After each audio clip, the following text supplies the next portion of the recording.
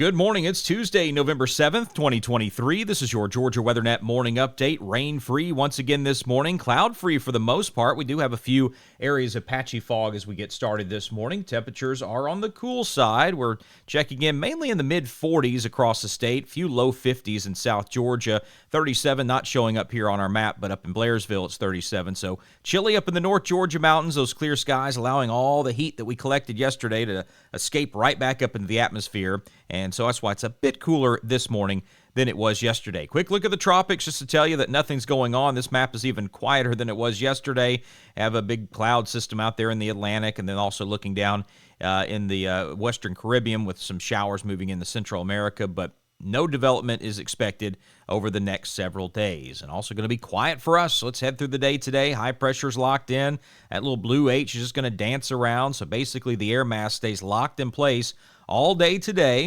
Going to be pretty quiet, not much of a breeze, and lots of sunshine. That warms us up through the afternoon. We move through the overnight hours, still quiet. High pressure stays locked in tomorrow.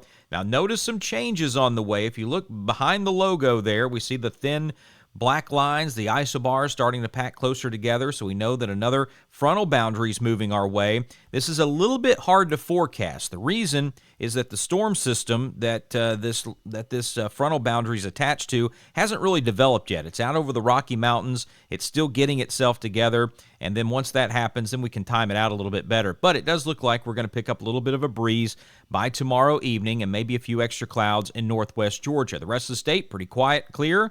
So we head into Thursday morning, and there are those showers starting to move in very early Thursday morning. By Thursday afternoon, not moving very much at all. If we remember our last frontal boundary that brought those temperatures really cold last week, it took a while for it to get here. This is going to be a little bit different. The air behind it is not as cold, not as dry, but it is going to bring a few showers for us. So finally by Thursday evening, looking at a few showers in extreme northwest Georgia, and then that slowly continues to creep into the rest of the state through the day on Friday, in the Saturday, finally out of here by the first part of next week.